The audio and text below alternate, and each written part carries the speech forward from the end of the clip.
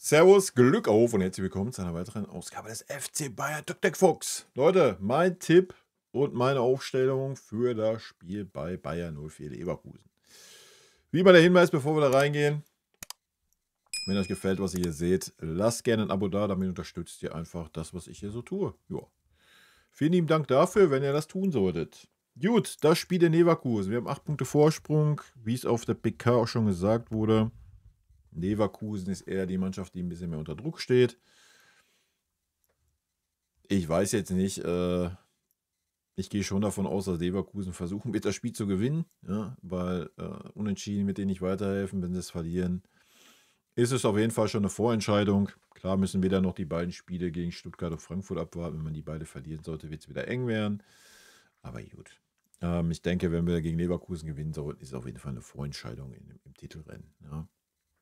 Das muss man schon so sagen. Ändert das was an unserer Spielweise? Ich denke nicht. Ich glaube nicht, dass wir in der Lage sind zu sagen, komm, wir spielen mal ein bisschen defensiver und gehen dann auf Konter. Zumindest nicht gegen eine Mannschaft, die so viel Qualität hat. Kann ich mir nicht vorstellen. Aber wir schauen mal. Ich lasse mich auch gerne eines Besseren belehren.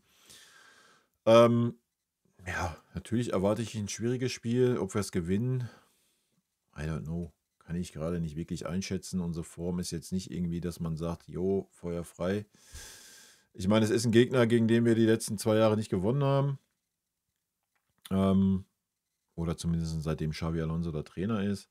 Von daher, Motivation sollte da sein. Ob wir aktuell dazu in der Lage sind, in der Form sind, weiß ich nicht. Man wird sehen. Ich weiß auch nicht, wie Leverkusen in Form ist oder nicht in Form ist. Ich freue mich auf jeden Fall auf das Spiel. Ich bin gespannt. Ich denke, es kann alles passieren, sowohl in die eine wie in die andere Richtung. Und schauen wir einfach mal. Ja, und damit würde ich sagen, gehen wir mal rein in die, wie meine Aufstellung wäre. Ja, eigentlich gibt es da nicht viele Variablen. Die beste Elf muss spielen und muss anfangen. Ja. Und von daher, Manuel Neuer gehört jetzt wahrscheinlich nicht zur besten Elf, aber da jetzt einen Obich reinzustellen, wäre natürlich auch eine Farce. Peretz ist noch verletzt. Ole ist vom Niveau her jetzt auch nicht besser, wie es Neuer gerade ist. Hoffen wir einfach mal, dass Manuel einen guten Tag hat und nicht wieder durch den Strafraum irrt, wie er es gegen Celtic getan hat. Wir werden es sehen. Gut, vorne können wir schnell abarbeiten. Harry Kane natürlich. Ja, natürlich Musiala in der Hoffnung, dass er vielleicht mal ein bisschen besser in Form kommt, ein bisschen mehr Ehrgeiz hat, weil es direktes Duell ist gegen Florian Wirtz, an dem er ja immer so ein bisschen gemessen wird.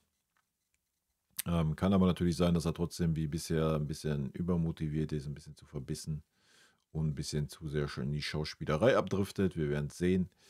Rechte Seite sollte klar sein. Ja, Michael unangefochten. Linke Seite ist ein bisschen die Baustelle gerade. Lieber Sané war wieder mal eine Katastrophe gegen Celtic. King hat auch nicht wirklich überzeugt, wo er reinkam, genauso wenig Gnabry. Also, ja. Nehmen wir das kleinste Übel, das ist für mich Kingsley Coman. Ansonsten musst du halt zur Pause reagieren und da mal was anderes bringen. Man hat ja sonst alle anderen Spieler, die man auf diesen Positionen hatte, hat man ja weggeschickt. Und von daher muss man jetzt halt einfach mit den 3, die man da hat, für diese Position leben. Ganz einfache Kiste. Ja, Alternative, logisch. Könnt ihr auch andersrum drehen, könnt ihr auch Sané nach links und Gnabry nach rechts stellen, wie ihr wollt. Für Jamal natürlich Thomas Müller.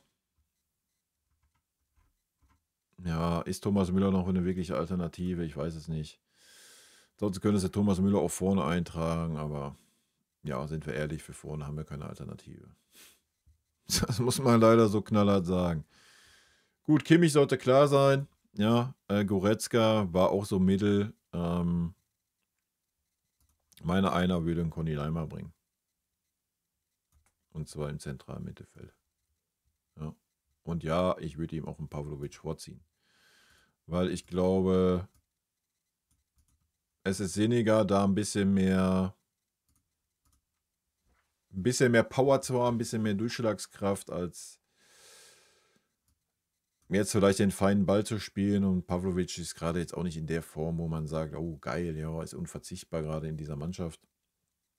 Von daher würde ich einen Conny Leimer bringen. Ich würde den ganzen Bums auch so rumstellen. Kimmich ein bisschen defensiver, Conny ein bisschen offensiver.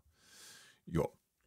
Gut, Innenverteidigung wäre für mich, auch wenn Eric Dyer einen guten Job gemacht hat, wenn Kim fit ist und Form hat, sollte Upa und Kim spielen. Sollte es nicht der Fall sein, natürlich Eric Dyer. Ja, Eric Dyer ist ein absoluter No-Brainer. Wie ich schon sagte beim letzten Video wegen mir, wäre es eine Farce, den Vertrag nicht zu verlängern. Gut, Alfonso Davies fällt noch aus. Rafa Guerrero kannst du da beim besten Willen nicht hinstellen. Ne? Beim besten Willen nicht. Der wird aber sowas von zerdickt werden. Von daher, ich weiß nicht, wie weit Ito ist. Ich glaube nicht, dass der schon so weit ist, dass er irgendwie 90 Minuten spielen kann. Ich meine, Stani wird mit Sicherheit auch motiviert sein gegen seinen Club, wo er ausgeliehen war. Von daher würde ich einen Stani auf der linken Seite bringen. Ist jetzt nicht seine Idealposition, ich weiß. Aber ganz ehrlich, wenn ich gesehen habe, was ein Guerrero geleistet hat, ja, als Linksverteidiger Katastrophe bisher in dieser Saison. Ja, auf der Rechtsverteidigerposition hat er das eigentlich immer ganz gut gemacht. Von daher nehme ich ihn hier auch mal als Alternative mit rein. Ja, das war's. Mehr Alternativen haben wir halt einfach nicht. Ja, wir haben vorne keine anderen Alternativen. Die einzig variable Position ist die Position neben Kimmich. Da kannst du einen Goretzka bringen, da kannst du einen Pavlo bringen. Conny Leimer wird natürlich nicht da auflaufen. Ich gehe davon aus, dass Conny Leimer wieder als Rechtsverteidiger auflaufen wird. Ich bin gespannt, wer dann als Linksverteidiger auflaufen wird. Wenn es wieder ein Guerrero ist, dann gute Nacht. Ja, es sei denn, der kriegt eine Leistungssteigerung von 200%. Ich bin sehr gespannt. Ich halte auch einen Conny Leimer auf der rechten Verteidigerposition gegen Leverkusen für eine absolute Farce. Ja, weil der defensiv einfach eine Nulpe ist als Rechtsverteidiger. Sorry, das muss ich so klar sagen. Da sieht er einfach kein Land. Das ist auch nicht böse gemeint, er ist halt einfach kein Rechtsverteidiger. Nach vorne hin hat er natürlich die Power, ja, gar keine Frage. Von daher würde ich auch mit dem Conny erstmal anfangen in der Zentrale. Und dann kannst du immer noch wechseln. Ja. Wir haben den Kader, den wir haben. Aber Conny hat so eigentlich eine gute Form gehabt. Gerade nach vorne hin hat er gut geackert, gut Gas gegeben die letzten Spiele. Von daher würde ich ihn gerne mal in der Zentrale sehen. Dass er das kann, brauchen wir nicht drüber reden, hat er jahrelang in Leipzig gespielt. Ja, und das überragend. Also von daher wäre das für mich auch ein No-Brainer. Ja, das wäre meine Aufstellung, Leute. Ich denke, viel gibt es nicht zu diskutieren. Wir können über die Außenverteidiger diskutieren. Wir können über die Position neben Kimmich diskutieren. Das war's. Ja. Ich glaube, ein Sané oder Gnabry und Coman, ja. Da ist Coman wahrscheinlich den, wo du die größte Hoffnung haben kannst, dass er eine gute Leistung bringt. Ja. Der Rest ist, I don't know. Ja, klar könntest du natürlich sagen, komm, wir gehen auf eine Dreierkette gegen Leverkusen. Aber wo willst du den extra Spieler hinstellen? So, wir haben keinen Stürmer, dass du sagen könntest, wir spielen mit einer Doppelspitze. Willst du noch einen dritten Sechser aufstellen oder was? Oder einen zweiten Zehner? Klar könnte man sagen, noch einen Müller mit rein, dann auch mehr auf den Halbpositionen, aber das haben wir bisher nie gespielt. Das jetzt gegen Leverkusen dann auszuprobieren, fühle ich auch nicht und von daher wäre das meine Aufstellung. Leute, ansonsten wünsche ich uns natürlich ein super duper Spiel. Wie immer, hoffentlich mit dem besseren Ergebnis für uns. Ich bin sehr gespannt auf das Spiel. Das ist endlich dann mal ein Gradmesser, wo wir stehen, ja, denke ich. Und von daher, rot-weiße Grüße gehen raus. Vielen lieben Dank für euren Support hier auf dem Kanal. Haut rein, bis dann. Tschüssi. Vielen lieben Dank für euren Support hier auf dem Kanal. Und in diesem Sinne, gute Freunde kann niemand trennen.